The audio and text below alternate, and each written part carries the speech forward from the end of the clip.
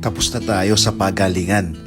Makapagpapawis lang, sobrang laking bagay na sa atin. Alam nyo guys, ngayon ko lang napagtanto na sobrang layo pala ng diferensya nung bata tayo kumpara dito ngayon na nagkakaedad na tayo. Tama nga po yung sinasabi nila sa atin dati ng mga kuya at tito natin na yung basketball, panapanahon lang yan. Magkakaroon lahat tayo ng panahon. Hindi ko sinasabing panahon na sobrang galing natin at sobrang lupit natin mga idol. Ang sinasabi ko rito, yung nagkaroon tayo ng panahon na wala tayong masyadong iniisip na responsibilidad. Na puro basketball lang. Basketball lang umaga, tanghali, hanggang gabi, basketball lang. Yung pinakamasarap na panahon natin. Tayong mga boys life. Ang layo na kasi ngayon, di tulad ngayon na kailangan na natin unahin yung responsibilidad at yung mga ginagawa natin para syempre masuportan yung pamilya natin. Nung bata tayo, kailangan natin gumising ng maaga at sobrang ganado natin. Lalong-lalo na yung makakalaban natin, yung mga mas matatanda sa atin. Yung Saturday at Sunday na basketball club, napakalupit nun. Sigurado ikaw, idol, meron ka ring Sunday club papawis, di ba? O yung weekend papawis. Malayo na sa ngayon.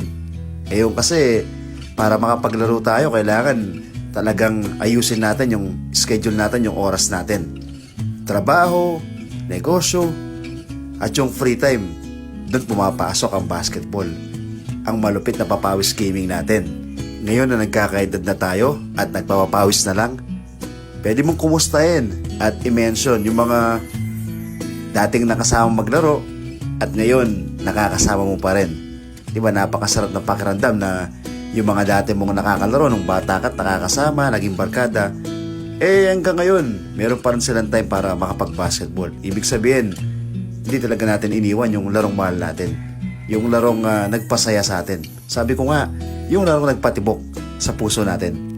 Kaya salamat din sa mga tropa o mga idol na kahit hindi tayo ganun kagaling sa basketball, marami ang nakaka-appreciate sa atin. Kaya sobrang salamat doon.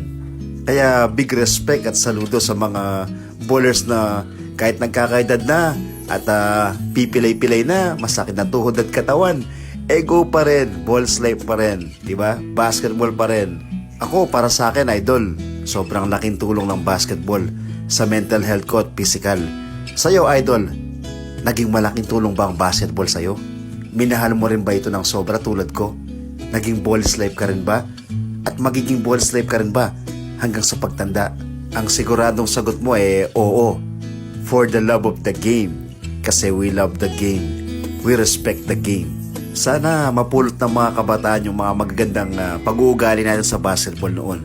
Na noon hindi naman masyadong importante yung best player Importante noon manalo ka na kasama mo yung mga tropa at kaibigan.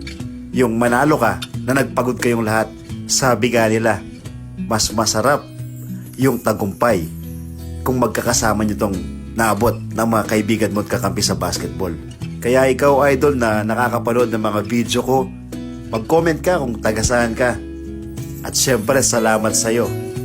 Kasi tulad ko, na-appreciate mo rin ang sobra ang larong minahal natin simula bata pa tayo. Ang basketball.